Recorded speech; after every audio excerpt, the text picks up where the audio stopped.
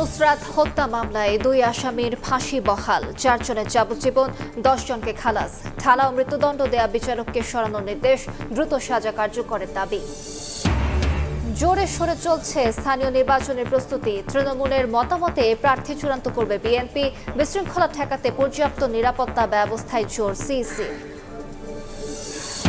সরকারের গণবিরোধী অবস্থানের প্রতিবাদ জারি রাখবে জামায়াত। সম্পাদকদেরও সমালোচনার আহ্বান। জ্বালানি সরবরাহ ও দ্রব্যমূল্য নিয়ন্ত্রণে ব্যর্থতার অভিযোগ এনসিপির। ঢাকা দিল্লি সম্পর্কে রাজনৈতিক টানাপোড়েন থাকলেও প্রভাব পড়বে না অর্থনীতিতে, জানালেন ভারতীয় হাইকমিশনার। বাণিজ্যিক সম্পর্ক আরও বাড়ার আশা বাণিজ্যমন্ত্রীর। এবং বাংলাদেশ সহ 5 দেশ থেকে কর্মী নিতে নির্দেশনা জারি মালয়েশিয়ার। নিবন্ধিত রিক্রুটিং এজেন্সি ছাড়া নিয়োগ দিলেই শাস্তি, 8 ধাপে মানতে হবে কঠোর নিয়ম।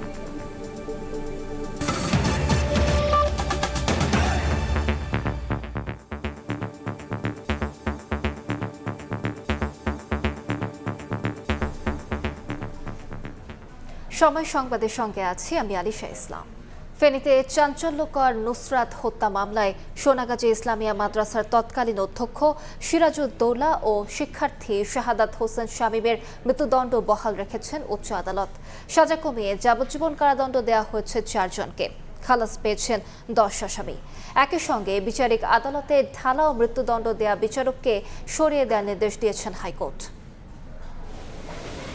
2019 সালের 6 এপ্রিল সোনাগাজী ইসলামিয়া ফাজিল মাদ্রাসার ছাদে নির্মম পৈশাচিকতার শিকার হয়েছিল নুসরাত জাহান রাফি। মাদ্রাসার তৎকালীন অধ্যক্ষের বিরুদ্ধে শ্লীলতাহানির অভিযোগ প্রত্যাহার না করায় কেরোসিন ঢেলে আগুন ধরিয়ে দেওয়া হয় নুসরাতের গায়ে। পরে ঢাকা মেডিকেলের বার্ন ইউনিটে চিকিৎসাধীন অবস্থায় 10 এপ্রিল মারা যায় নুসরাত। নুসরাতকে পুড়িয়ে হত্যার এই নৃশংস ঘটনায় ফুঁসে উঠেছিল গোটা দেশ। ঘটনার মাত্র 7 মাসের মাথায় 2019 সালের 24 অক্টোবর ফেনীর নারী ও শিশু নির্যাতন দমন ট্রাইব্যুনাল মাদ্রাসার তৎকালীন অধ্যক্ষ সিরাজউদ্দৌলা সহ 16 আসামির সবাইকে মৃত্যুদণ্ড দেন। নিম্ন আদালতের সেই সাজার পর আইন অনুযায়ী মৃত্যুদণ্ড অনুমোদনের জন্য মামলার নথি আসে হাইকোর্টে। দীর্ঘ আইনি লড়াই, রাষ্ট্র ও আসামি পক্ষের যুক্তিতর্ক শেষে সোমবার উচ্চ আদালত মাদ্রাসার তৎকালীন অধ্যক্ষ সিরাজউদ্দৌলা ও একই মাদ্রাসার ছাত্র শাহাদাত হোসেন শামীমের মৃত্যুদণ্ড বহাল রাখেন। একই সঙ্গে মৃত্যুদণ্ডের সাজা কমিয়ে 4 জনকে যাবজ্জীবন দেন। খালাস দেয়া হয়েছে 10 আসামিকে। রায়ে নিম্ন আদালতে ঢালাও ফাঁসি দেয়া বিচারকের বিচারিক ক্ষমতা কেড়ে নেওয়ার নির্দেশ দিয়েছেন হাইকোর্ট। এই 16 জন নিম্ন আদালত কর্তৃক মৃত্যুদণ্ডপ্রাপ্ত আসামির মধ্যে আদালত 2 জন আসামির মৃত্যুদণ্ডের রায়কে বহাল রেখেছেন। তারা হলেন এই মাদ্রাসার তৎকালীন অধ্যক্ষ SM সিরাজউদ্দৌলা এবং শাহাদাত হোসেন শামীম। আদালতের পর্যবেক্ষণ অনুযায়ী এই বিচারক মামুনুর রশিদকে অবিলম্বে পেনাল এবং সেন্টেন্সিং অর্থাৎ ফৌজদারি মামলার বিচার এবং সেক্ষেত্রে তার দণ্ড দেওয়ার ক্ষেত্র থেকে তাকে সরিয়ে আনার জন্য আইন, বিচার এবং সংসদ বিষয়ক মন্ত্রণালয়ের প্রতি নির্দেশনা প্রকাশ করেছেন। সিসিটিভির ফুটেজ গায়েব করে দেয় নুসরাত হত্যার রহস্য এখনও উদ্ঘাটিত হয়নি দাবি করে রায়ের বিরুদ্ধে উচ্চ আদালতে আপিল করার কথা জানান আসামি পক্ষের আইনজীবীরা। আশেপাশের লোক কেউই জানলো না, কেউ শব্দ পেল না, একা একা আগুন লেগে গেল। এই পার্টটুকুর রহস্য এখানে থেকেই গেল। ফলে আমরা এর বিরুদ্ধে আপিল করব। আমরা এক্সপেক্ট করি মাননীয় আপিল বিভাগে গিয়ে এই রহস্যের উন্মোচন হবে। 16 জনের ফাঁসি একটা মামলায়, এটা আমাদের এর আগে এরকম কোনো জাজমেন্ট আমার জানা নাই। নুসরাত হত্যা মামলার 16 আসামি কারাগারে রয়েছেন। যাবজ্জীবন পাওয়া 4 আসামিকে কন্ডেম সেল থেকে সাধারণ জেলখানায় দেওয়ার নির্দেশ দেওয়া হয়েছে। সাবরিনা মজুমদার, সময় সংবাদ, ঢাকা। এদিকে ঢালাও সাজা দেওয়ার রাশ টানতে সতর্ক করলেন দেশের উচ্চ আদালত। স্বীকারোক্তিমূলক জবানবন্দি থাকলেই সাজা নয়, এ বিষয়ে স্পষ্ট বার্তা দিলেন হাইকোর্ট। নুসরাত হত্যা মামলায় গণহারে মৃত্যুদণ্ড দেয়া বিচারকের ক্ষমতা কেড়ে নিয়ে এ বার্তা দিয়েছেন বলে জানান আইনজীবীরা। 16 আসামির সবাইকে ফাঁসি দিয়ে অনেক নিরপরাধ পরিবারকে বিপর্যয়ে ফেলা হয়েছিল বলেও মনে করেন উচ্চ আদালত। নুসরাত হত্যা মামলায় 16 আসামির মধ্যে 12 জনই নিজের দায় স্বীকার করে ফৌজদারি কার্যবিধির 164 ধারায় জবানবন্দি দেয়। ফেনীর নারী ও শিশু নির্যাতন দমন ট্রাইব্যুনালের বিচারক মামুনুর রশিদ 16 আসামিকেই ফাঁসির আদেশ দেন। সোমবার হাইকোর্ট তার রায়ে বলেছেন, মৃত্যুদণ্ড দেওয়ার ক্ষেত্রে কোনো ধরনের বিচারিক মনোভাব দেখাননি ওই বিচারক। 87 জনের সাক্ষ্য, 12 আসামির স্বীকারোক্তিমূলক জবানবন্দি ও উচ্চ আদালতের রায় পর্যালোচনা করে আইনজীবীরা বলছেন 164 ধারায় জবানবন্দি থাকলেই যে আসামি অপরাধী, এই প্রচলিত ধারণা ভেঙে দিলেন হাইকোর্ট। যে কনফেশনটা আমাদের কাছ থেকে আদায় করা হয়েছে সেটা জোরপূর্বক, সেটা একটা এক্সকালপেটরি কনফেশন ছিল, এটার উপরে রিলাই করে কোনো সাজা দেওয়া যায় না। আজকে হাইকোর্ট ডিভিশনের রায়ের মধ্যে দিয়ে এই ব্যাপারে অনেকগুলো ফাইন্ডিং এসেছে, যেগুলো আমাদেরকে এই 164 নির্ভরশীলতা থেকে বেরিয়ে আসতে সাহায্য করবে। এখন থেকে আমাদের জানা উচিত নিম্ন আদালতের মামলাগুলো রায় দেওয়ার সময় অত্যন্ত কেয়ারফুলি দিতে হবে। একটা মানুষকে ইচ্ছা করলে ফাঁসি দেওয়া যায় না। নুসরাত হত্যার বিচার দাবিতে সে সময় বিক্ষোভে ফুঁসে উঠেছিল সারা দেশ। কয়েকজন আসামির পক্ষেও মানববন্ধন হয়েছিল রাজপথে। আইনজীবীরা বলছেন, গণমাধ্যম ও গণবিক্ষোভে প্রভাবিত হয়ে নয়, বিচারিক দৃষ্টিভঙ্গি প্রয়োগ করেই রায় দিতে হবে অধস্তন আদালতের বিচারকদের। এই বার্তাই দিয়েছেন উচ্চ আদালত। বিচার সুলভ যে জুডিশিয়াল মাইন্ড থাকা দরকার, তিনি সেটা করতে ব্যর্থ হয়েছেন এবং তিনি এই জাজমেন্টটা রায় দেওয়ার ক্ষেত্রে কার কীভাবে দণ্ড দেওয়া উচিত, কার কি কতটুকু মামলার ঘটনার সঙ্গে সম্পৃক্ততা, সেটাও আমলে নিতে ব্যর্থ হয়েছেন। বিচারের আগেই অনেক সময় টেলিভিশনে বিচার হয়ে যায়, বিচারের আগেই অনেক সময় পাবলিক ডোমেনে বিচার হয়ে যায়। এগুলো হলে প্রকৃত অর্থে ন্যায় বিচার ক্ষতিগ্রস্ত হয়। অতিমাত্রায় মিডিয়া ট্রায়াল হওয়ার কারণে 16 জন মানুষকে ফাঁসি দিয়েছে, হাইকোর্ট ডিভিশনে এসে 10 জনই খালাস পেয়ে গেছে। বিচারিক আদালতের ওপর ক্ষুব্ধ উচ্চ আদালত বলেন, ঢালাও সাজা দিয়ে নিরপরাধ ব্যক্তিদের পরিবারকে বিপর্যয়ে ফেলা হয়। নুসরাত হত্যার রায়ের মধ্য দিয়ে একটি স্পষ্ট বার্তা দিলেন দেশের উচ্চ আদালত। স্বীকারোক্তিমূলক জবানবন্দি থাকলেই গণহারে কাউকে সাজা দেয়া যাবে না। এমনকি মামলাটি যত স্পর্শকাতর হোক, বাইরে মিডিয়াতে এই মামলা নিয়ে যত আলোচনাই হোক না কেন, বিচারক তার বিচারিক মনোভাব পোষণ করবেন রায় দেওয়ার ক্ষেত্রে। আফজাল হোসেন, সময় সংবাদ, ঢাকা। এদিকে নুসরাত হত্যাকাণ্ডে উচ্চ আদালতের রায় স্বাগত জানিয়েছে পরিবার ও স্থানীয়রা। আসামিদের দ্রুত সাজা কার্যকরের দাবি তাদের। পরিবারের নিরাপত্তা নিশ্চিতের দাবি নিহত নুসরাতের মায়ের। মেয়ের মৃত্যুর 7 বছর পর মায়ের এ কান্না যেন জমে থাকা কষ্টের বিস্ফোরণ। হত্যার পরও মেয়ে আত্মহত্যা করেছে বলে কথা শুনতে হয়েছে তাকে। ফেনীর আলোচিত মাদ্রাসার শিক্ষার্থী নুসরাত হত্যা মামলায় 2 জনে মৃত্যুদণ্ড বহাল রেখেছেন হাইকোর্ট। উচ্চ আদালতের এই রায়কে স্বাগত জানিয়েছেন নুসরাতের পরিবার ও স্থানীয়রাও। দ্রুত সাজা কার্যকরের দাবি তাদের, পাশাপাশি নতুন করে পরিবারের নিরাপত্তা নিশ্চিতের দাবি নিহত মায়ের। আলহামদুলিল্লাহ আলহামদুলিল্লাহ আলহামদুলিল্লাহ, আমরা সন্তুষ্ট এই রায়ে, যেটা হত্যা প্রকাশ হয়ে গেছে। আজকে নুসরাতের হত্যা করা হয়েছে, রায়ের মধ্য দিয়ে একটি সুবিচার প্রতিষ্ঠিত হলো। যে প্রত্যাশা করছি আমরা ওই রকম একটা বিচার পেয়েছি। এদিকে রায়কে ঘিরে সকাল থেকে নুসরাতের গ্রামের বাড়িতে মোতায়েন করা হয় আইন শৃঙ্খলা বাহিনীর অতিরিক্ত সদস্য। আমাদের বাড়িতে নিরাপত্তার দায়িত্বে আছি। নিরাপত্তার দায়িত্বে সবসময় যেরকম ছিলাম, এখনও নিরাপত্তার দায়িত্বে থাকবো। আমরা সবসময় সোচ্চার আছি, সতর্ক আছি। 2019 সালে 6 এপ্রিল আলিম পরীক্ষার সময় সোনাগাজী ইসলামিয়া ফাজিল মাদ্রাসার ছাদে নুসরাত জাহান রাফির গায়ে আগুন দেওয়া হয়। 4 দিন পর 10 এপ্রিল ঢাকায় চিকিৎসাধীন অবস্থায় মারা যায় সে। একই বছরে 24 অক্টোবর ফেনীর নারী ও শিশু নির্যাতন দমন ট্রাইব্যুনাল মামলার মোট 16 আসামির সবাইকে মৃত্যুদণ্ডের আদেশ দেন। রায়ে নুসরাত হত্যার বিচার মিললেও পরিবারটির নিরাপত্তা নিয়ে উদ্বিগ্ন নুসরাতের মা। তবে পুলিশ বলছে, প্রথম থেকে পরিবারটির নিরাপত্তা নিশ্চিত করা হচ্ছে। প্রয়োজন হলে ভবিষ্যতেও নিরাপত্তা আরও জোরদার করা হবে। ইশতিয়াক আহমেদ, সময় সংবাদ, ফেনী। স্থানীয় সরকার নির্বাচনে প্রার্থী চূড়ান্ত হবে তৃণমূলের মতামতে, আর দলের নাম ভাঙিয়ে চলাদের বিরুদ্ধে নেওয়া হচ্ছে কঠোর ব্যবস্থা। ভারপ্রাপ্ত মহাসচিবের দায়িত্ব পাওয়ায় শহীদ জিয়া ও বেগম জিয়ার সমাধিতে শ্রদ্ধা জানিয়ে এই কথা বলেন রুহুল কবির রিজভী। ক্ষমতার শুরু থেকেই বিএনপি সরকার জনকল্যাণে কাজ করে যাচ্ছে বলেও জানান তিনি। শহীদ রাষ্ট্রপতি জিয়াউর রহমান এবং সাবেক প্রধানমন্ত্রী খালেদা জিয়ার সমাধিতে বিএনপি নেতাকর্মীদের ভিড়। দলীয় স্লোগানে মুখরিত পুরো এলাকা। দলের ভারপ্রাপ্ত মহাসচিব হয়ে নেতাকর্মীদের নিয়ে শ্রদ্ধা জানান রুহুল কবির রিজভী। এ সময় শহীদ রাষ্ট্রপতি জিয়াউর রহমান ও সাবেক প্রধানমন্ত্রী খালেদা জিয়ার আত্মার মাগফিরাত কামনায় দোয়া ও মোনাজাত করা হয়।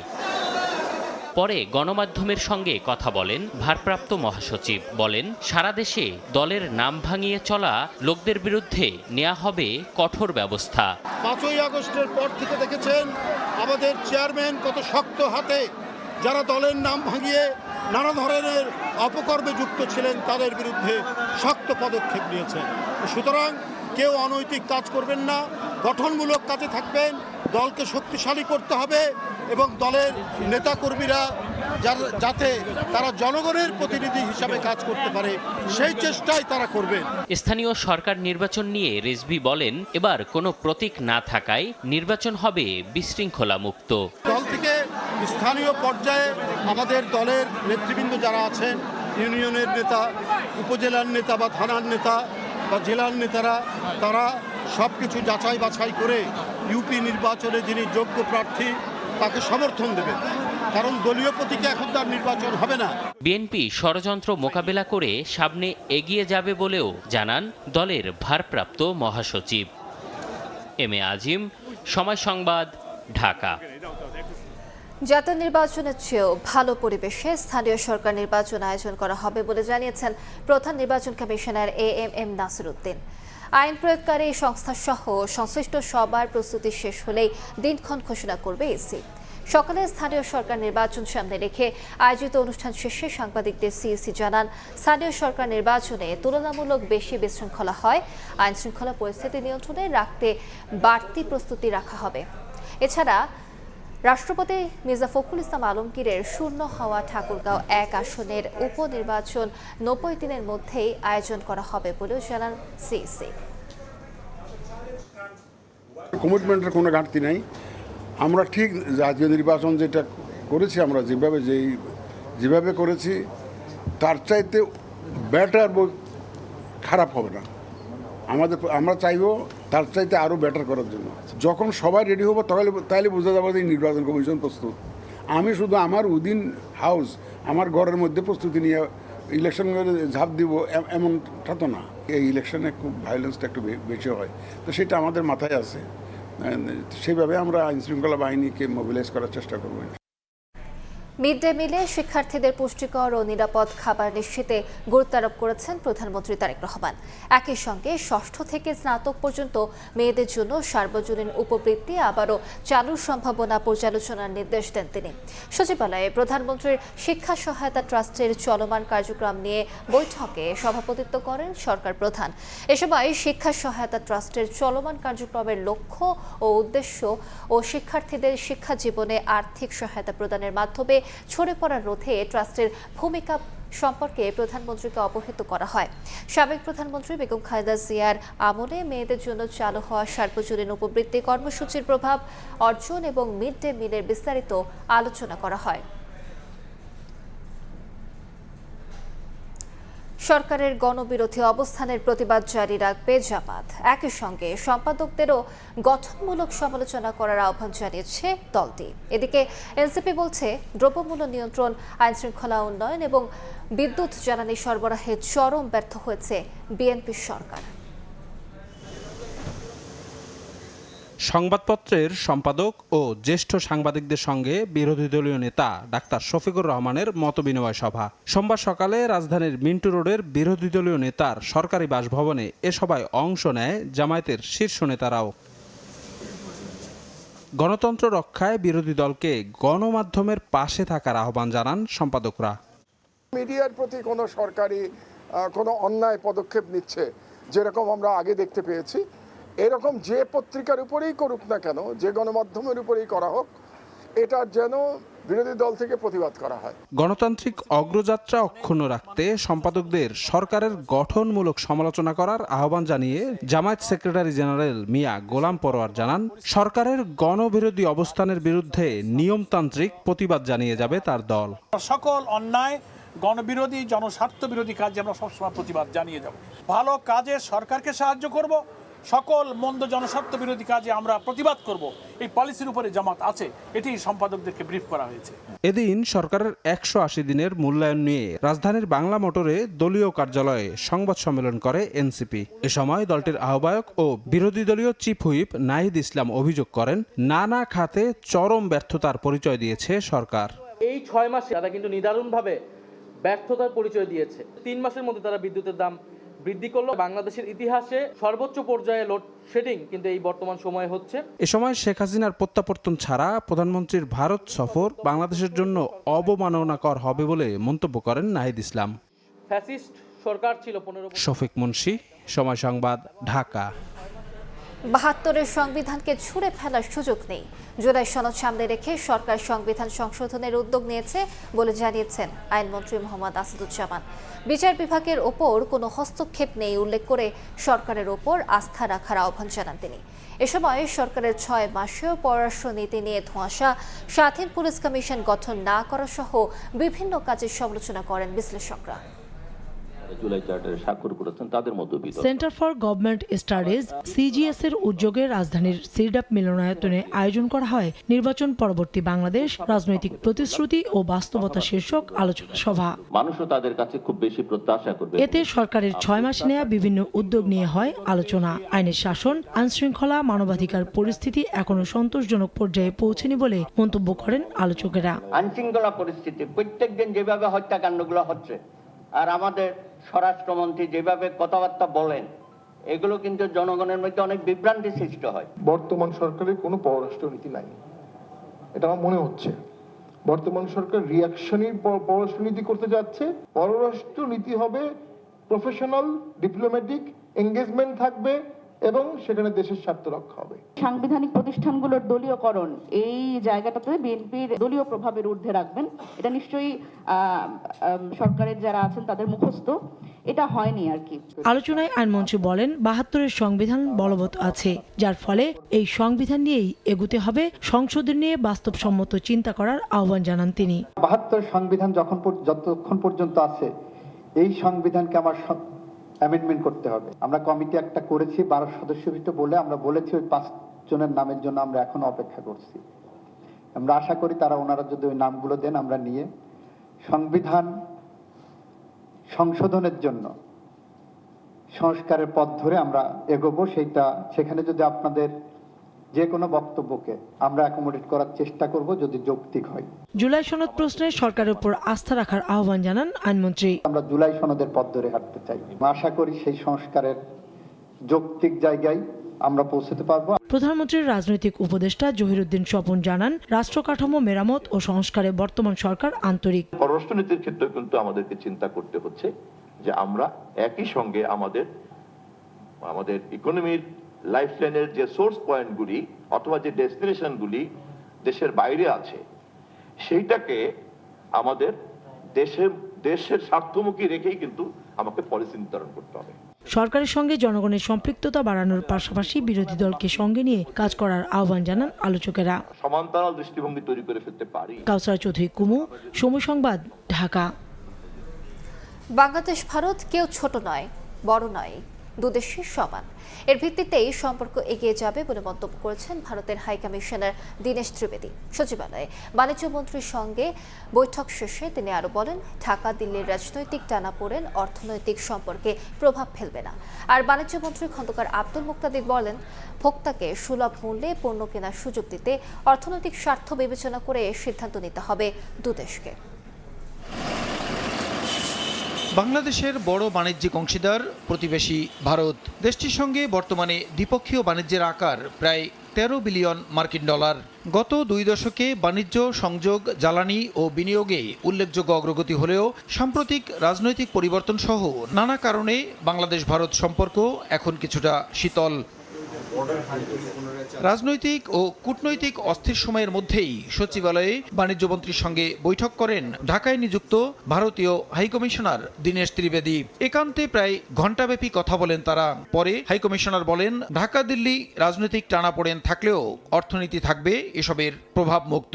ইন্টারডিপেন্ডেন্সি ইজ এ পার্মানেন্ট সলিউশন। যে আপনারা এখানটা গার্মেন্টের সবচেয়ে ভালো, আমরা জিপার সাপ্লাই করতে পারি, মেশিনারি সাপ্লাই করি, বোতাম সাপ্লাই করতে পারি, তাহলে কি একটা ইন্টারডিপেন্সি হয়। আমি তো বললাম জয়েন্ট ভেঞ্চার ম্যানুফ্যাকচারিং দরকার, business together. Politics will continue in its own way. Bangladesh is a vibrant, sovereign, independent country. So is India. Nobody is big, nobody is small, all are equals. and we have to work on that footing. বাংলাদেশের কাছে বাণিজ্যিক সম্পর্কের আলোকে চীনের পরেই ভারতের অবস্থান কথা জানিয়ে বাণিজ্যমন্ত্রী বলেন দুই দেশের বাণিজ্যিক সম্পর্ক আরও নিবিড় হবে আগামীতে। পট পরিবর্তনের পরে বাণিজ্যের পথে অনেকগুলি বিধিনিষেধ এসেছে, but even defying those restrictions, গত বছর দুই দেশের মধ্যে আন্তঃদেশীয় বাণিজ্যের পরিমাণ প্রায় $13 বিলিয়ন। ইকোনমিক কনসিডারেশন অনেক সময় অনেক কিছুকে ছাপিয়ে যায়। বাংলাদেশ ভারত বাণিজ্যিক সম্পর্ক এগিয়ে নিয়ে যাওয়ার ব্যাপারে আলোচনা হয়েছে। ল্যান্ড বর্ডারগুলি পুরোপুরি ফাংশনাল করা, আপনার বর্ডার হাটগুলি পুনরায় চালু করা, তারপরে ল্যান্ড বর্ডার দিয়ে সুতা আমদানি যেটা এখন প্রহিবিটেড সেটাকে আবার পুনরায় চালু করা। ব্যবসা ও বিনিয়োগ বাড়াতে দুই দেশের মধ্যে বেসরকারি ও প্রাতিষ্ঠানিক পর্যায়ে টাস্ক ফোর্স গঠনের প্রস্তাব বাংলাদেশ বিবেচনা করছে বলেও জানান বাণিজ্যমন্ত্রী। প্রসূন আশিস, সময় সংবাদ, ঢাকা। শুধু মানবিক কারণে নয়, নোবেল পাওয়ার আকাঙ্ক্ষা ও 2018 নির্বাচনের আন্তর্জাতিক বৈধতা আদায়ের পরিকল্পনা থেকেই রোহিঙ্গাদের আশ্রয় দিয়েছিল পতিত সরকার। দুপুরে ঢাকা বিশ্ববিদ্যালয়ে রোহিঙ্গা প্রত্যাবাসনের প্রতিবন্ধকতা সমূহ আন্তর্জাতিক রাজনীতি ও জাতীয় অগ্রাধিকার শীর্ষক অনুষ্ঠানে এ কথা বলেন প্রধানমন্ত্রীর প্রতিরক্ষা উপদেষ্টা ব্রিগেডিয়ার জেনারেল অবসরপ্রাপ্ত ডক্টর AKM শামসুল ইসলাম। আরও বলেন, রোহিঙ্গা সমস্যা এখন শুধু জাতীয় নয়, আঞ্চলিক নিরাপত্তার জন্য হুমকি হয়ে দাঁড়িয়েছে। ঢাকা বিশ্ববিদ্যালয়ের আন্তর্জাতিক সম্পর্ক বিভাগ ও সেন্টার ফর জেনোসাইড স্টাডিজ বিভাগ আয়োজিত এই সেমিনারে বিশ্ববিদ্যালয় শিক্ষক, সাবেক ঊর্ধ্বতন সামরিক কর্মকর্তা ও সাবেক কূটনীতিকরা উপস্থিত ছিলেন।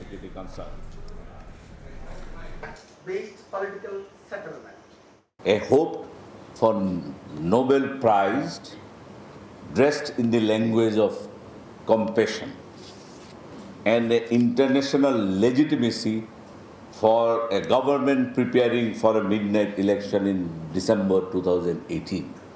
So these are the two major agenda of the fallen fascist regime who has rooted this problem of Rohingya that must be understood by all of us. সময় সংবাদে আরও থাকছে। আকস্মিক পাহাড়ি ঢলে তলিয়েছে ব্রাহ্মণবাড়িয়ার নিন্দাঞ্চল। 15টি গ্রাম প্লাবিত হয়ে পানিবন্দী অনেক পরিবার, ডুবেছে মাছের ঘের, ফসলি জমি। আশ্রয়ের খোঁজে ভুক্তভোগীরা।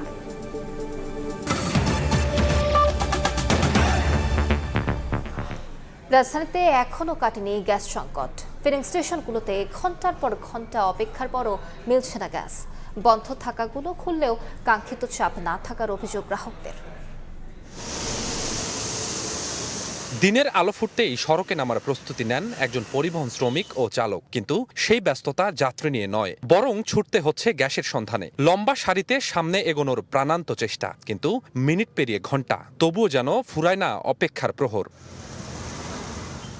যে সময় যাত্রী নিয়ে থাকার কথা রাস্তায়, সেই সময় কাটছে ফিলিং স্টেশনে। প্রায় 2 মাস ধরে চলা গ্যাস সংকট এখন নিত্যদিনের ভোগান্তির কারণ পরিবহন চালক সহ সাধারণ মানুষের। লাগাইছি বিকাল 3-4টা বাজে গ্যাস নিয়ে বাড়িয়েছি, টিপ 2-3টা মারিয়া গাড়ি বন্ধ করে দেয়, বাসে যা ঘুমান লাগছে। দীর্ঘ সময় গ্যাসের জন্য অপেক্ষায় থাকার প্রভাব পড়ছে যাত্রীদের ওপর, বলছেন সিএনজি চালকরাই। যাত্রীদের পড়ছে, আমাদের অনেক সময় লাগছে খাওয়া দাওয়ার জন্য, মনে করেন যে খরচ অনেক গেছে, এই জন্য যাত্রী থেকে বইলা তাদেরকে ভাড়া বেশি নিয়েছে। বেশ কয়েকদিন গ্যাস সংকটে বন্ধ থাকা পাম্পগুলো পুনরায় চালু হলেও সেখানে নেই কাঙ্ক্ষিত চাপ। সংশ্লিষ্টদের আক্ষেপ, মাঝে মধ্যেই বিশৃঙ্খলা তৈরি হচ্ছে পাম্পগুলোতে। ড্রাইভার এসে আমাদের সাথে প্রচুর বিরক্ত করে, কিন্তু আমাদের গ্যাসের প্রেসার কম থাকার কারণে আমরা তো গ্যাস পরিপূর্ণভাবে ডেলিভারি দিতে পারতেছি না। কারণ গ্যাসে যদি প্রেসার থাকতো তাহলে আমরা গ্যাস পরিপূর্ণভাবে দিতে পারতাম। চলমান গ্যাস সংকটের শেষ কোথায়, তার উত্তর এখনও অনিশ্চিত। তবে দ্রুত সরবরাহ স্বাভাবিক হওয়ার প্রত্যাশায় দিন গুনছেন ভুক্তভোগীরা। স্বপন আহমেদ, সময় সংবাদ, ঢাকা। উপকূলীয় 19 জেলার পানিতে মিলেছে মাত্রাতিরিক্ত সোডিয়াম। গবেষকরা বলছেন, এই পানি পান করে প্রতি 5 জনের মধ্যে একজন উচ্চমাত্রার হৃদরোগে ঝুঁকিতে রয়েছেন। এছাড়া হৃদরোগজনিত প্রতি 2টি মৃত্যুর মধ্যে একটির জন্য দায়ী নোনা পানি। পানি জীবন, পানি স্বাস্থ্য, অথচ এই পানি কখনো কখনো হয়ে উঠছে হার্ট অ্যাটাকের কারণ। খুলনার কয়রা ও সাতক্ষীরার আশাশুনিতে প্রতি 5 জনে একজন উচ্চমাত্রার হৃদরোগের ঝুঁকিতে আছেন। 40 প্রায় 16,000 মানুষের ওপর গবেষণা করে এ তথ্য বলছে ICDDRB. To develop these guidelines on safe limit of sodium in drinking water. 25% of the audience have raised blood pressure. গবেষকরা বলছেন উপকূলীয় 19 জেলার পানিতে রয়েছে উচ্চ রক্তচাপের জন্য দায়ী সোডিয়াম। প্রতিদিন লবণাক্ত পানি পান করতে বাধ্য হচ্ছেন 2 কোটি মানুষ। হৃদরোগজনিত প্রতি 2টি মৃত্যুর মধ্যে 1টির জন্য দায়ী নোনা পানি। যারা সরকারি মহলে কাজ করেন, সিদ্ধান্ত নেন, অর্থাৎ পলিসি মেকাররা, তাদেরকে আমরা এই তথ্যগুলো জানানোর চেষ্টা করেছি। এই তথ্যগুলো হচ্ছে যে বাংলাদেশে স্যালিনিটি লেভেলটা কীরকম আছে এবং আমাদের রিসার্চের যে আউটপুটটা আমরা পেয়েছি সেটা ওনাদেরকে সহজ ভাষায় বলেছি। এটা পরিষ্কার, উপকূল অঞ্চলের মানুষরা যে পানি খাচ্ছে তার স্যালিনিটি 10 বছর আগে যা ছিল 10 বছর পরে স্যালিনিটি বহুলাংশে বেড়ে গেছে এবং ভবিষ্যতে আরও বেড়ে যাবে। একটা পদ্ধতি বা একটা ডিস্ট্রিবিউশন সিস্টেম ব্যবস্থাপনা থাকতে হবে। কোনো ব্যক্তির পক্ষে এটাকে ইমপ্লিমেন্ট করা সম্ভব না, এটা আসতে হবে সরকারের পক্ষ থেকে, যাতে এটা দীর্ঘমেয়াদী এবং টেকসই হয়। সে ব্যবস্থা থাকতে হবে, সেই ব্যবস্থা করার চেষ্টা করা হচ্ছে, অতীতে হয়েছে, কেন অনেক কারণ সেটা সাকসেসফুল হয়নি। বৃষ্টির পানি সংরক্ষণ, পন্ড স্যান্ড ফিল্টার পদ্ধতি আধুনিকায়ন করা সহ কম লবণাক্ত পানির প্রাপ্যতা বাড়াতে স্থানীয় পর্যায়ে সুশাসন নিশ্চিতের আহ্বান গবেষকদের। কামরুজ্জামান মামুন, সময় সংবাদ, ঢাকা। সুপেয় পানি সরবরাহ, বর্জ্য ব্যবস্থাপনা ও নবায়নযোগ্য জ্বালানি নিয়ে আগামীতে যৌথভাবে কাজ করবে বাংলাদেশ যুক্তরাষ্ট্র। স্থানীয় সরকার, পল্লী উন্নয়ন ও সমবায় মন্ত্রী ডক্টর আব্দুল মোয়েন খান ও প্রতিমন্ত্রী মীর শাহে আলমের সঙ্গে সচিবালয়ে বৈঠক করেন মার্কিন রাষ্ট্রদূত ব্রেন্ট টি ক্রিস্টেনসেন। এ সময় দেশের দ্বিপাক্ষিক নানা ইস্যুতে কথা বলেন তারা। ঘণ্টাব্যাপী বৈঠক শেষে গণমাধ্যমে কথা বলেন স্থানীয় সরকার প্রতিমন্ত্রী। সামনের দিকে আমরা বাংলাদেশ সরকার এবং মার্কিন সরকার ঐক্যবদ্ধভাবে কাজ করব এবং আমি আবারও রিপিট করছি, আমাদের ওয়াটার সাপ্লাই, ওয়েস্ট ম্যানেজমেন্ট এবং রিনিউয়েবল এনার্জিগুলোতে তারা আমাদের পিপিপি মডেলে সহযোগিতা করার ব্যাপারে আশ্বস্ত করেছেন এবং এ ব্যাপারে পরবর্তীতে আমাদের অফিসিয়ালি সেক্রেটারি লেভেলে এবং ওনাদের দায়িত্বশীল ব্যক্তিরা আবার বসবেন এবং কথা বলবেন। আকস্মিক পাহাড়ি ঢলে তলিয়েছে ব্রাহ্মণবাড়িয়ার আখাউড়ার নিম্নাঞ্চল। 15টি গ্রাম প্লাবিত হয়ে পানিবন্দী 32টি পরিবার। পানিতে ডুবে আছে মাছের ক্ষের ফসলি জমি। অনেকেই ঘরবাড়ি ছেড়ে স্বজনদের কাছে আশ্রয় নিয়েছে। ভারত থেকে নেমে আসা পাহাড়ি ঢলে প্লাবিত হয়েছে ব্রাহ্মণবাড়িয়ার আখাউড়া সীমান্ত এলাকার নিম্নাঞ্চল। সোমবার ভোরে হাওড়া নদী, জাজির এবং কালন্দি খাল দিয়ে হুহু করে পানি প্রবেশ করে অব্যাহত পানি বৃদ্ধিতে প্লাবিত হয় 15টি গ্রাম। বিভিন্ন ব্যবসা প্রতিষ্ঠান সহ বাড়িঘরেও পানি প্রবেশ করে তলিয়ে গেছে ফসলি জমি, মাছের ক্ষের, সবজি ক্ষেত। প্রতি বছর এই ইন্ডিয়ার পানি আসে আসে না, আমাদের এলাকা আছে না তল জায়গা, আমরা বাড়িঘর তল গেছে গা, আমরা অসহায় অবস্থার মাঝে আছি। অনেক মাঠ, ধানের জমি নষ্ট হয়ে গেছে, বাড়ির আশেপাশে পানি ঢুকে গেছে, অনেক রাস্তাঘাট হালকা হালকা তল হয়ে গেছে। দুপুরের পর থেকে পানি কমতে শুরু করেছে জানিয়ে উপজেলা নির্বাহী কর্মকর্তা বলেন, পরিস্থিতি কিছুটা উন্নতির দিকে। আমাদের প্রাইমারি স্কুলগুলো আমরা আশ্রয় শিবির হিসেবে প্রস্তুত রেখেছি এবং আমাদের জেলা প্রশাসক মহোদয়ের কাছ থেকে আমাদের বরাদ্দ নিয়ে আসা হয়েছে ত্রাণের জন্য। যদি পরিবেশ পরিস্থিতি অনুকূলে চলে যায় তাহলে তো মানুষজন বাসায় ফিরে যাবে, আর প্রতিকূল হলে আমরা ত্রাণের ব্যবস্থা রেখেছি। আকস্মিক পাহাড়ি ঢলে পানিবন্দী হয়ে পড়ে 32টি পরিবার। উজ্জ্বল চক্রবর্তী, সময় সংবাদ, ব্রাহ্মণবাড়িয়া। শুধু কি মাদক গ্রহণে বাধা ও বাকবিতণ্ডার জেরে রংপুরে 4 জনকে হত্যাকাণ্ড, নাকি ঘটনার পেছনে আছে অন্য কোনো কারণ, তা নিয়ে উঠছে প্রশ্ন। মাদক গ্রহণে বাধা ও বাকবিতণ্ডার জেরে এমন হত্যাকাণ্ডের বিষয়টি বিশ্বাস করতেই পারছেন না স্থানীয়রা। দোষীদের কঠোর শাস্তি নিশ্চিতে দাবি উঠেছে বিচার বিভাগীয় তদন্তের। নাজমুল ইসলাম নিশতের রিপোর্ট, ক্যামেরায় ছিলেন শাকিব মাহমুদ।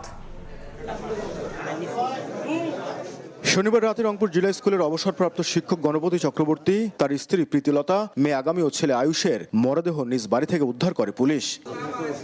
24 ঘন্টার মধ্যে হত্যায় জড়িত মুগ্ধ ও সিদ্ধার্থ নামে 2 যুবককে গ্রেফতার করা হয়। পুলিশ জানিয়েছে, নিজ ভবনের ছাদে মাদক গ্রহণে বাধা ও বাকবিতণ্ডার জেরে এই নির্মম হত্যাকাণ্ড।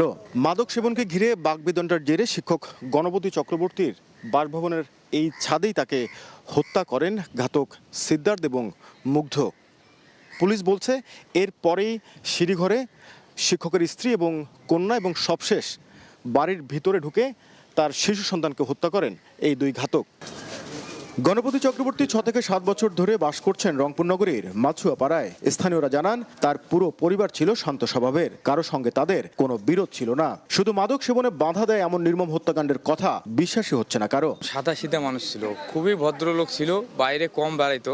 মেয়েটা খুব স্কুল যায় না, দিদি আমি স্কুল গেলাম, যা বোন যা। কারোর সাথে কোনো ইয়ে ছিল না। এইরকম যে একটা ঘটনা ঘটবে আমরা ভাবতেই পারতেছি না। দুটা ছেলে কিভাবে 4টা মানুষকে একের পর এক খুন করে ফেললো, এর পিছনে কোনো কারো হাত আছে কিনা। অভিযুক্ত দুই যুবকের পরিবার বলছে তাদের মাদকাসক্তির বিষয়টি জানা ছিল না, তবে দোষী হলে কঠোর শাস্তির পক্ষে অভিযুক্তদের পরিবারও। আমি তো এটাই বিশ্বাস করতে পারতেছি না, ওই রকম 2টা ছোট ছেলে এত বড় কাজ করতে পারে, 1টা নয়, 2টা নয়, 3টে নয়, 4টে। সে যদি কাল অন্যায় কাজ কিছু করতেই থাকে সে শাস্তি পাবে। এই নৃশংস হত্যাকাণ্ডের পেছনে আর কোনো ঘটনা আছে কিনা তা উন্মোচনে বিচার বিভাগীয় তদন্তের দাবি উঠেছে। এখানে বিভিন্ন রকম কথাবার্তা আমরা শুনতে পাচ্ছি, তো এখানে আমরা চাচ্ছি এটা বিচার বিভাগীয় একটা তদন্তের মাধ্যমে, সুষ্ঠু এবং নিরপেক্ষ তদন্তের মাধ্যমে যেন এই ঘটনাটার বিচার হয়, কারণ আইন সকলের ঊর্ধ্বে। হ্যাঁ, আমরা আইনের প্রতি শ্রদ্ধাশীল। হত্যায় জড়িতদের দৃষ্টান্তমূলক শাস্তির দাবিতে সোমবার রংপুর জেলা স্কুলের সামনে মানববন্ধন করেছেন শিক্ষক শিক্ষার্থীরা। নাজমুল ইসলাম নিশাত, সময় সংবাদ, রংপুর। বঙ্গোপসাগর ইজারার নামে লাখ লাখ টাকার বাণিজ্য। বন বিভাগের অনুমতির আড়ালে প্রভাবশালীদের নিয়ন্ত্রণে উপকূলের চর, খাল, নদী ও সাগরের মোহনা। মাছ ধরতে হলে জেলেদের গুনতে হচ্ছে লাখ লাখ টাকা। বন কর্মকর্তা ও স্থানীয় প্রভাবশালীদের যোগসাজশে গড়ে ওঠা এই সিন্ডিকেটের কাছে জিম্মি মৎস্যজীবীরা। জেলা প্রশাসন বলছে সমুদ্র, নদী কিংবা খাল ইজারা দেওয়ার ক্ষমতা কারও নেই। শিকদার জাবির হোসেনের প্রতিবেদন, ক্যামেরায় ছিলেন তৌকিব পেদা। প্রায় অর্ধ কোটি টাকা হাতিয়ে নিয়ে চলে আসে। এটা মিথ্যা কথা। যদি আমি টাকা না দিই তাইলে বলে গাছ কাটা মামলা দিবে।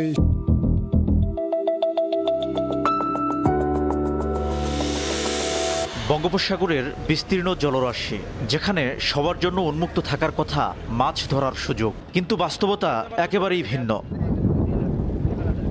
তুফানিয়া চর সংলগ্ন বঙ্গোপসাগরের এই মোহনাটি বন বিভাগের কাছ থেকে ইজারা নেয়ার দাবি স্থানীয় প্রভাবশালী আড়তদার মোশাররেফ হোসেনের। তাই তাকে 2,60,000 টাকা দিয়ে এখানে মাছ ধরছেন জেলে জাকির মাঝি।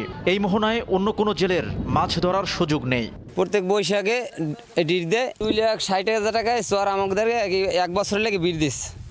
1 বছরের ভিতরে এই চর গড়া কেউ দিতে পারে। কিভাবে এত বিশাল জলাঞ্চলের নিয়ন্ত্রণ চলে গেল একটি চক্রের হাতে? এই প্রশ্নের উত্তর খুঁজতে গিয়ে সামনে আসে বন বিভাগের অনুমতিপত্র বিএলসি। বন বিভাগের আওতাধীন খালে মাছ ধরার এই অনুমতিকে কেন্দ্র করেই আশপাশের বিস্তীর্ণ জলাঞ্চল নিয়ন্ত্রণের অভিযোগ উঠেছে প্রভাবশালীদের বিরুদ্ধে। আর এই পুরো প্রক্রিয়ায় বন বিভাগের কিছু কর্মকর্তা জড়িত বলেও অভিযোগ জেলেদের। যে টাকা দিয়ে নিতে পারে তারে মাছ ধরতে দেয়, আর অন্য কেউ মাছ ধরতে দেয় না। কারে টাকা দেওয়া লাগে, আর টাকা না দিলে কি হয়? বিটো বিচার সরকারিভাবে বেলসি ও সিরিয়া কাটতে দেয়, ফরেস্টাররা কাটতে দেয়, যেমন নেতা করে, স্থানীয় নেতা করে, নেতার কাছ থেকে আমরা আর কি টাকা দিয়ে কিনে এবার ভাই।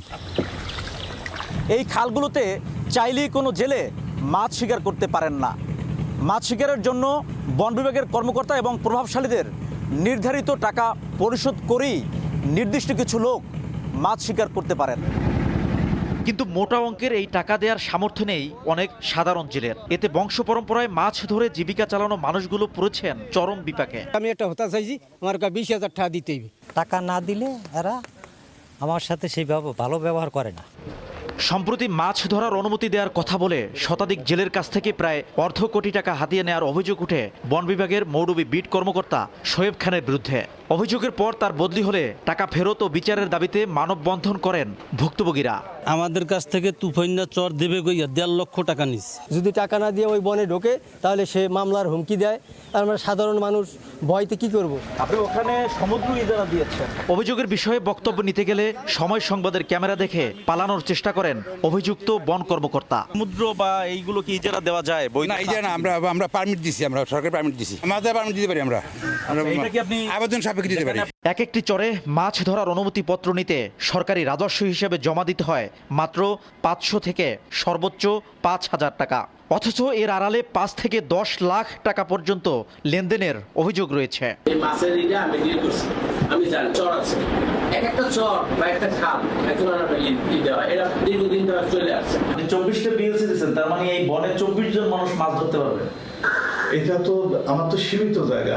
তবে বন বিভাগের অনুমতি কিংবা ইজারার নামে বঙ্গোপসাগর নিয়ন্ত্রণের অভিযোগ সরাসরি নাকচ করেছেন জেলা প্রশাসক। বন বিভাগ কেন, কারোই কিন্তু সমুদ্রকে ইজারা দেওয়ার কোনো সুযোগ নেই, যে সমুদ্র হচ্ছে উন্মুক্ত। রাঙ্গাবালির উপকূলে রয়েছে 30টির বেশি চর ও ডুবোচর। শিকদার জাবির হোসেন, সময় সংবাদ, পটুয়াখালী। কাকরাইলে ডিপ্লোমা ইঞ্জিনিয়ারিং ইনস্টিটিউটে ব্যারিস্টার সালাম তালুকদারের স্মরণ সভায় কথা বলছেন বিএনপি স্থায়ী কমিটির সদস্য ডক্টর খন্দকার মোশাররফ হোসেন। সরাসরি যাচ্ছি সেখানে। এমন রূপ ধারণ করে যে শেষ পর্যন্ত ছাত্র জনতার গণ অভ্যুত্থানে রূপান্তরিত হয় বেগম খালেদা জিয়ার নেতৃত্বে, এবং হোসেন মোহাম্মদ এরশাদকে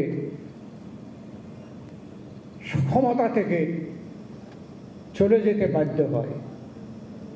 ছাত্র গণ আন্দোলন আমরা অনেক দেখেছি। আজকে ছাত্র গণ আন্দোলন এই যুগে এই সময়েও কিন্তু আমরা 2024 দেখেছি অনেকে এই আন্দোলনটা শুধুমাত্র গুটি কয়েক ব্যক্তি নামে চালাতে চায়, কিন্তু আমরা কিন্তু 17 বছর এই বিএনপি এবং আরও অনেক দল মিলে আমরা আন্দোলন করেছি, নির্যাতিত হয়েছি। বেগম খালেদা জিয়া তিনি মিথ্যা মামলায় আসামি হয়ে শাস্তি ভোগ করেছেন। আমাদের বর্তমান প্রধানমন্ত্রী তারেক রহমানও কিন্তু সাজাপ্রাপ্ত হয়েছেন এবং লন্ডন থেকে ফিরতে পারেন নাই। এবং আমরা মনে করি যে 24-এর যে ছাত্র গণ অভ্যুত্থান, এটা কিন্তু এর আগে যে 17 বছর আমরা যে আন্দোলন করেছি। কাকরাইলে কথা বলছিলেন বিএনপির স্থায়ী কমিটির সদস্য ডক্টর খন্দকার মোশাররফ হোসেন। আমরা সরাসরি যুক্ত ছিলাম সেখানে। 2030 সালের মধ্যে সড়ক দুর্ঘটনায় মৃত্যুহার অর্ধেকে নামিয়ে আনতে কাজ চলছে বলে জানিয়েছেন সড়ক পরিবহন ও সেতু মন্ত্রী শেখ রবিউল আলম। সকালে রাজধানীর তেজগাঁওয়ে সড়ক ভবনে অ্যাম্বুলেন্স হস্তান্তর অনুষ্ঠানে দুর্ঘটনার 5টি কারণ তুলে ধরে তিনি জানান, আইন প্রয়োগ ও সচেতনতা বাড়াতে উদ্যোগ নেওয়া হয়েছে। এদিন রোড সেফটি প্রকল্পের উদ্যোগে 7টি সাধারণ লাইফ সাপোর্ট অ্যাম্বুলেন্স, 40টি মোটরসাইকেল অ্যাম্বুলেন্স ও 80টি পেট্রোল মোটরসাইকেল হস্তান্তর করা হয়। অনুষ্ঠানে মহাসড়কের কাছাকাছি 24টি ট্রমা সেন্টার চালুর বিষয়ে গুরুত্ব দেন স্বাস্থ্য প্রতিমন্ত্রী। আমাদের যে অঙ্গীকার রয়েছে 2030 সালের মধ্যে এই 5000-এর কাছাকাছি লোক প্রতি বছর জীবন দিচ্ছে, তা অর্ধেকে হ্রাস করা, তাহলে সেটা সম্ভব হবে। এই মুহূর্তে আমাদের প্রয়োজন রয়েছে একটা কম্প্রিহেনসিভ নিরাপদ সড়ক আইন, যেটা আমরা 2027 সালের ডিসেম্বরের মধ্যে করতে চাই। বাসের বয়স আয়ুষ্কাল 20 বছর আমরা নির্ধারণ করেছি, ট্রাক 25 বছর এটা আমরা নির্ধারণ করেছি।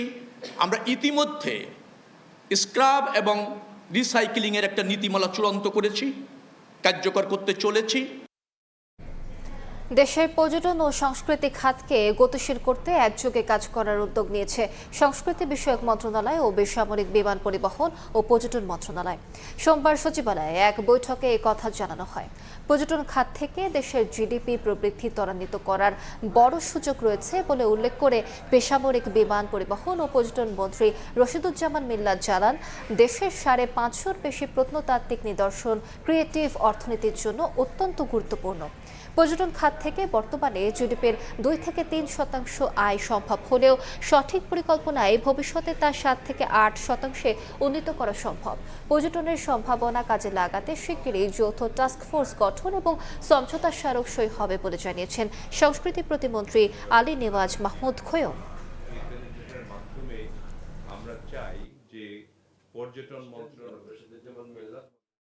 পর্যটন মন্ত্রণালয় এবং সাংস্কৃতিক মন্ত্রণালয়ের মধ্যে একটা এমইউ করা, দুই মন্ত্রণালয়ের যৌথ কমিটি গঠন করে সাংস্কৃতিক পর্যটনের জন্য একক নীতিমালা একটা যাতে কার্যক্রম গ্রহণ করা হয়। ঐতিহ্যবাহী যে জমিদার বাড়িগুলি আছে, বৌদ্ধ নিদর্শন, ময়নামতি পর্যন্ত পর্যায়ক্রমে এক এক করে আমরা এই প্রসার ঘটাবো। নিদর্শন যেটা আছে আমাদের জাতি হিসেবে পৃথিবীর সামনে তুলে ধরার জন্যে এটা আমাদের অত্যন্ত সমৃদ্ধ একটা অতীত এবং সংস্কৃতি এবং ইতিহাস রয়ে গেছে। আমরা চাচ্ছি আমাদের হেরিটেজটাকে, আমাদের ঐতিহ্যটাকে আমরা তুলে ধরে আমরা পৃথিবীর সামনে আমরা প্রমাণ করতে চাই যে আমরাই শ্রেষ্ঠ। প্রথমবারের মতো বেসরকারি এমপিওভুক্ত শিক্ষকদের অনলাইনে বদলি আবেদন চলছে। নিজ জেলায় শর্ত সাপেক্ষে বদলি হতে পারবেন শিক্ষকরা, তবে সফটওয়্যার জটিলতায় নানা ভোগান্তিতে পড়তে হচ্ছে তাদের। মাধ্যমিক ও উচ্চ শিক্ষা অধিদপ্তর বলছে এসব জটিলতা নিরসনে কাজ চলছে। নূরে আলম পিন্টুর রিপোর্ট। বেসরকারি এমপিওভুক্ত স্কুল, কলেজ, মাদ্রাসায় শিক্ষকদের বদলির আবেদন শুরু হয়েছে গত 21 আগস্ট। চলতি সপ্তাহ জুড়ে অনলাইনে পুরো আবেদন প্রক্রিয়া চলবে। বেশ কয়েকটি শর্তে শিক্ষকরা আবেদন করতে পারছেন। আবেদনকারী সর্বোচ্চ 3টি শিক্ষা প্রতিষ্ঠানে আবেদনের সুযোগ পাবেন। চাকরির আবেদনে দেয়া নিজ জেলায় বদলির জন্য আবেদন করতে পারবেন। নিজ জেলায় পদ শূন্য না থাকলে নিজ বিভাগের যে কোনো জেলায় শূন্য পদের বিপরীতে বদলি আবেদন। আবেদনকারী শিক্ষক বা স্বামী স্ত্রীর নিজ জেলা বা কর্মস্থলের জেলায় আবেদন করতে পারবেন। চাকরিতে যোগদানের 2 বছর হলে আবেদনের যোগ্য হবেন। বদলি হয়ে কর্মস্থলে ন্যূনতম 2 বছর কাজ করতে হবে। কারো বিরুদ্ধে সাময়িক বরখাস্ত বা ফৌজদারি মামলা থাকলে সে বদলি আবেদন করতে পারবেন না। এখানে ম্যানুয়াল কোনো সিস্টেম থাকবে না। এখানে কাউকে ফেভার করার সুযোগ থাকবে না। কারো ইচ্ছা মতো ম্যানুয়ালি বদলি করার সুযোগ না থাকার কারণে টোটালি যেটি স্বচ্ছ, তার প্রাপ্যতা ভিত্তিক, সেভাবেই বদলিটি একটি বাটন ক্লিকের মাধ্যমে সারা দেশে একযোগে হয়ে যাবে। বদলি প্রক্রিয়াকে স্বাগত জানাচ্ছেন শিক্ষকরা, তবে সফটওয়্যারে আবেদন করতে সমস্যায় পড়তে হচ্ছে তাদের। সমপদ বা সময় স্কেলে বদলিতে সমস্যা হচ্ছে। এখন চাইলে জনস্বার্থে একটা পয়েন্ট আমাদের বদলিতে আছে, যদি কোনো শিক্ষক কোনো জায়গায় নির্যাতনের শিকার হয়, সেই জায়গাটাকে ফোকাস করে সংশ্লিষ্ট অধিদপ্তর ওই শিক্ষককে বদলি করে জনস্বার্থে যে অন্য একটা জায়গায় দিয়ে শিক্ষককে নিরাপত্তা দিতে পারবে। সেই সঙ্গে স্বামী স্ত্রীর কর্মস্থলে জেলা দেয়া থাকলেও সেখানে আবেদন করা যাচ্ছে না। প্রতিষ্ঠানের শূন্য পদ থাকলেও সফটওয়্যারের ত্রুটির কারণে এসব পদ খালি দেখাচ্ছে না বলে অভিযোগ পাওয়া গেছে। পাসওয়ার্ড আইডি যে জটিলতা, সকল কিছু ঠিক থাকা সত্ত্বেও ইনভ্যালিড পাসওয়ার্ড আসছে, এটা তো শিক্ষকদের ভুল না, ভুল হচ্ছে আপনার যারা সংশ্লিষ্ট কর্মকর্তা, এদের ভুল। সারা দেশে এমপিওভুক্ত 5.5 লাখের বেশি শিক্ষক আছেন। এবারই প্রথমবার শিক্ষকরা বদলির সুযোগ পাচ্ছেন।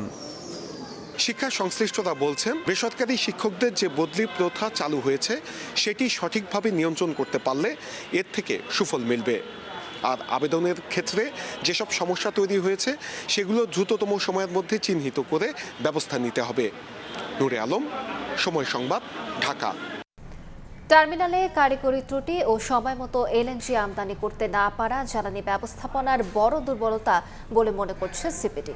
প্রতিষ্ঠানটি বলছে, গ্যাস সংকটে সরকারের 6 মাসে স্থায়ীভাবে বন্ধ হয়ে যাচ্ছে কারখানা, ধুঁকছে সার কারখানাও। অথচ ভোলার গ্যাস বাণিজ্যিকভাবে ব্যবহারের পদক্ষেপ নিতে পারেনি সরকার। তবে 10,000 কোটি টাকা কৃষি ঋণ মওকুফ, নিম্ন আয়ের মানুষের বিদ্যুতের দাম না বাড়ানোর সিদ্ধান্তকে সাধুবাদ জানায় সিপিডি।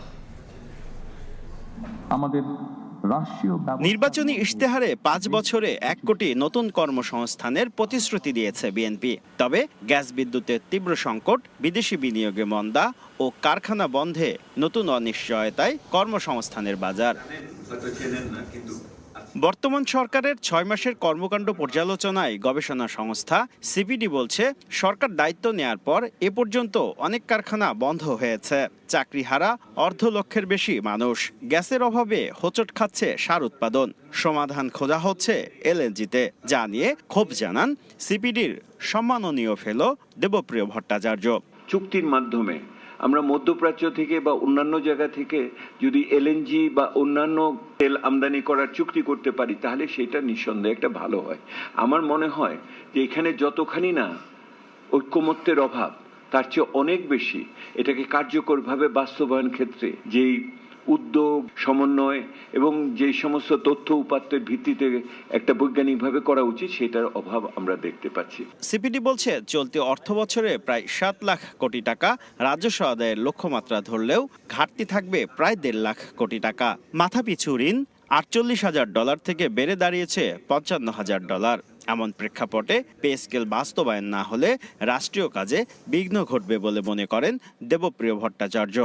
ওনারা রাজনৈতিক সাহস দেখাতে পারছেন না সিদ্ধান্ত নেওয়ার ক্ষেত্রে এবং সংস্কারের করার ক্ষেত্রে, এবং এটা সবচেয়ে বড় একটা জায়গা হলো আমাদের সরকারি কর্মকর্তাদের বেতন ভাতার বিষয়। একটা মহার্ঘ ভাতা দিয়ে দিতে পারতো 20-25% দিয়ে সে প্রার্থনা করতে সময় দেন, আরেকটু আমি বিবেচনা করি এটার ভিতরে, সেই সময়টার ভিতরে হতো। এখন আপনি যেখানে নিয়ে এসছেন এখন তো বড় কিছু করা ছাড়া আপনার উপায় থাকবে না। তবে কৃষকদের সুদসহ 10,000 কোটি টাকা পর্যন্ত কৃষি ঋণ মওকুফ, লাইফ লাইন গ্রাহকদের জন্য বিদ্যুতের দাম বৃদ্ধির সিদ্ধান্ত প্রত্যাহারকে জনবান্ধব বলছে সিপিডি। তবে আইন প্রয়োগে সরকার জিরো টলারেন্সের কথা বললেও এখনও পরিস্থিতি সন্তোষজনক নয় বলে মূল্যায়ন সিপিডির। শুভ খান, সময় সংবাদ, ঢাকা।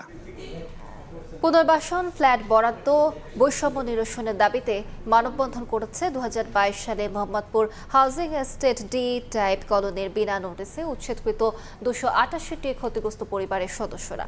সকালে জাতীয় গৃহায়ণ কর্তৃপক্ষের প্রধান কার্যালয়ের সামনে অবস্থান নিয়ে পদযাত্রা, অবস্থান কর্মসূচি ও মানববন্ধন করেন তারা। এ সময় ডি টাইপ কলোনির ক্ষতিগ্রস্ত পরিবারের সদস্যদের পাশাপাশি এলাকার বিভিন্ন শ্রেণী পেশার মানুষ, সামাজিক ও রাজনৈতিক সংগঠনের প্রতিনিধি সহ বিভিন্ন পর্যায়ের মানুষ উপস্থিত ছিলেন।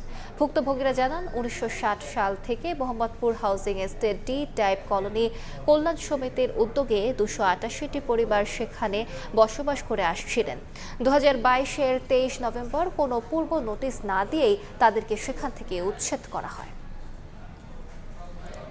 বিদেশি কর্মী নিয়োগ প্রক্রিয়াকে আরও স্বচ্ছ, সুশৃঙ্খল রূপ দিতে 8 ধাপের কঠোর নিয়ম জারি করেছে মালয়েশিয়া।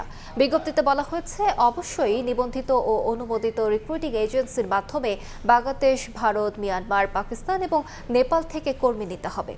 অনুমোদনহীন যে কোনো মাধ্যম ব্যবহার সম্পূর্ণ নিষিদ্ধ ও কঠোর শাস্তিযোগ্য বলে জানানো হয়েছে। মালয়েশিয়া থেকে মোহাম্মদ আব্দুল কাদেরের রিপোর্টে বিস্তারিত। বিদেশি কর্মী নিয়োগ প্রক্রিয়াকে সুনির্দিষ্ট কাঠামোর মধ্যে আনতে কঠোর উদ্যোগ নিয়েছে মালয়েশিয়ার মানব সম্পদ মন্ত্রণালয়ে। স্থানীয় সময় রোববার জারি করা এক বিজ্ঞপ্তিতে জানানো হয়, নিয়োগ প্রক্রিয়ায় প্রথম ধাপে মালিক পক্ষকে দেশের শ্রম বিভাগের ধারা 60-কে মেনে মাই ফিউচার জবস পোর্টালে চাকরির শূন্য পদের বিজ্ঞপ্তি প্রকাশ করতে হবে। দ্বিতীয় ধাপে থাকবে ই-কোটা ও সাক্ষাৎকার। মানব সম্পদ মন্ত্রণালয়ের FWCMS পোর্টালে প্রয়োজনীয় নথি অনলাইনে যাচাই এবং সাক্ষাৎকারের পর কোটার চূড়ান্ত অনুমোদন দেওয়া হবে। তৃতীয় ধাপে ইমিগ্রেশন ডিপার্টমেন্টের মাধ্যমে সরকার নির্ধারিত কর বা লেভি পরিশোধ করতে হবে। লেভি পরিশোধের বিষয়টি নিশ্চিত হলে পোর্টাল থেকে মালিকপক্ষকে দেওয়া হবে শর্ত সাপেক্ষ অনুমোদনপত্র। পঞ্চম ধাপ থেকে শুরু হবে কর্মী প্রেরণকারী দেশের প্রক্রিয়া, যেখানে সংশ্লিষ্ট দেশের মালয়েশীয় দূতাবাসে গিয়ে প্রয়োজনীয় নথিপত্র যাচাই ও সত্যায়ন সম্পন্ন করতে হবে। এরপর সংশ্লিষ্ট দেশগুলোর অনুমোদিত রিক্রুটিং এজেন্সির মাধ্যমে চূড়ান্ত কর্মী বাছাই করা হবে। সপ্তম ধাপে সফল কর্মী নির্বাচন শেষে FWCMS এর মাধ্যমে আবেদন করা হবে ভিসা উইথ রেফারেন্স বা BWR। সবশেষে আইনি ছাড়পত্র পাওয়া কর্মীরা নিরাপদে মালয়েশিয়ায় পৌঁছে কর্মস্থলে যোগ দিলেই শেষ হবে পুরো প্রক্রিয়া। এদিকে কর্মী নিয়োগে মালয়েশীয় মালিকদের জন্য বিশেষ সতর্কতাও জারি করা হয়েছে। বাংলাদেশ, ভারত, মিয়ানমার, পাকিস্তান এবং নেপাল থেকে কর্মী আনার ক্ষেত্রে অবশ্যই FWCMS পোর্টালে নিবন্ধিত ও অনুমোদিত রিক্রুটিং এজেন্সি ব্যবহার করতে হবে। অনুমোদনবিহীন যে কোনো মাধ্যম ব্যবহার সম্পূর্ণ নিষিদ্ধ ও কঠোর শাস্তিযোগ্য বলে জানিয়েছে দেশটির মানব সম্পদ মন্ত্রণালয়। মোহাম্মদ আব্দুল কাদের, সময় সংবাদ, কুয়ালালামপুর, মালয়েশিয়া। 5 দিনের টেস্ট 1.5 দিনে হারলেও এখনই মাকায় ছাড়তে পারছে না বাংলাদেশের ক্রিকেটাররা। মূলত টেস্টের 5ম দিনের পর সবার টিকিট কাটা থাকায় আপাতত অস্ট্রেলিয়াতেই থাকতে হচ্ছে ক্রিকেটারদের। তবে নিজ উদ্যোগে বেশ কয়েকজন ক্রিকেটার মাকায় ছেড়েছেন বলে জানিয়েছে টিম ম্যানেজমেন্ট। অধিনায়ক শান্তসহ অনেকেই আবার পরিবার নিয়ে ছুটি কাটাতে গেছেন সিডনিতে। অস্ট্রেলিয়া থেকে বিস্তারিত জানাচ্ছেন তারেক হাসান শিমুল। হতাশা দিয়ে শেষ হয়েছে টাইগারদের ম্যাকায় পর্ব। বাংলাদেশের পরবর্তী গন্তব্য দেশের বাইরে যদি বলি সেটা সাউথ আফ্রিকা, ওয়েস্ট ইন্ডিজ এবং তার আগে আফগানিস্তানের বিপক্ষে ম্যাচ রয়েছে, টেস্ট রয়েছে। তবে বাংলাদেশ দল ম্যাকায় পর্ব শেষ করলেও এখনই আসলে ম্যাকায় ছাড়তে পারছেন না। ক্রিকেট অস্ট্রেলিয়ার পক্ষ থেকে যে শিডিউলটা আসলে তারা করেছেন সেটি হচ্ছে 27 তারিখে বাংলাদেশ দলের বাংলাদেশের পথে যাত্রার। তবে সেটা যেহেতু হয়নি, 1.5 দিনে বাংলাদেশ দল ম্যাচ হেরেছে। এখন বাংলাদেশ দলকে কিন্তু অপেক্ষা করতে হচ্ছে ম্যাকাইতে, কারণ ফ্লাইটটা আসলে চেঞ্জ করার এখন সুযোগ নেই। যে কারণে বাংলাদেশ দলের ক্রিকেটারদেরকে আমরা দেখেছি আজকের দিনে তারা হোটেল বন্দী রয়েছেন। তবে কয়েকজন ক্রিকেটার নিজ উদ্যোগে ম্যাকায় ছাড়ছেন, অনেকেই অবশ্য ঢাকার পথেও যাচ্ছেন। আমরা গতকাল থেকে শুনেছি যে 2-1 ক্রিকেটার হয়তো বা ঢাকায় চলে যাবেন নিজেদের খরচে। আমরা যেমনটা শুনেছি, নাজমুল হোসেন শান্ত অধিনায়ক তিনি তার পরিবারকে নিয়ে এসেছেন অস্ট্রেলিয়াতে। তারা যদিও ম্যাকাইতে নেই, সিডনিতে আছেন, তারা সেখানে তার পরিবারকে নিয়ে সময় কাটাবেন। নাজমুল হোসেন শান্ত আজই মূলত চলে গেছেন সিডনিতে। তাছাড়া যদি বলি কোচিং স্টাফ থেকে শুরু করে টিম ম্যানেজমেন্টের বাকি যে সদস্যরা রয়েছেন তারা কিন্তু অস্ট্রেলিয়াতে ম্যাকাইতে এখন পর্যন্ত রয়ে গেছেন। তবে এখানে থেকে যে একেবারে বিশ্রামে থাকছেন তাও নয়। আমরা টিম ম্যানেজমেন্টের সঙ্গে কথা বলেছি, তারা যেমনটা জানিয়েছেন যেহেতু স্কিল ট্রেনিংটা এখন আর করছেন না ক্রিকেটাররা, যেহেতু আনুষ্ঠানিক শিডিউল তাদের ছিল না, সেক্ষেত্রে ক্রিকেটাররা মূলত হোটেলে জিম সেশনটা করবেন। বাংলাদেশ দল ম্যাকাইতে বাজেভাবে টেস্ট হারলেও একটা দারুণ স্মৃতি নিয়ে যাবে। অস্ট্রেলিয়ার মাটিতে 23 বছর পর টেস্ট খেলতে এসে ডারউইনে আধিপত্য দেখিয়ে 9 উইকেটের জয় নিঃসন্দেহে বাংলাদেশের ক্রিকেটকে এবং কি বাংলাদেশের ক্রিকেট সমর্থকদেরকে অনেক বেশি উৎসাহিত করবে এবং এই আত্মবিশ্বাসটা নিয়ে সামনের যে সিরিজগুলো রয়েছে সেই সিরিজগুলোতে ভালো করার একটা মানসিকতা তৈরি হবে ক্রিকেটারদের মাঝে। তারেক হাসান শিমুল, সময় সংবাদ, অস্ট্রেলিয়া। এ পর্যায়ে শীর্ষ সংবাদগুলো জানিয়ে দিচ্ছে আরেকবার। নুসরাত হত্যা মামলায় 2 আসামির ফাঁসি বহাল, 4 জনের যাবজ্জীবন, 10 জনকে খালাস। ঢালাও মৃত্যুদণ্ড দেয়া বিচারককে সরানোর নির্দেশ, দ্রুত সাজা কার্যকরের দাবি। জোরে সোরে চলছে স্থানীয় নির্বাচনের প্রস্তুতি। তৃণমূলের মতামতে প্রার্থী চূড়ান্ত করবে বিএনপি। বিশৃঙ্খলা ঠেকাতে পর্যাপ্ত নিরাপত্তা ব্যবস্থায় জোর সিইসির। এবং সরকারের গণবিরোধী অবস্থানের প্রতিবাদ জারি রাখবে জামাত। সম্পাদকদেরও সমালোচনার আহ্বান। জ্বালানি সরবরাহ ও দ্রব্যমূল্য নিয়ন্ত্রণের ব্যর্থতার অভিযোগ এনসিপির।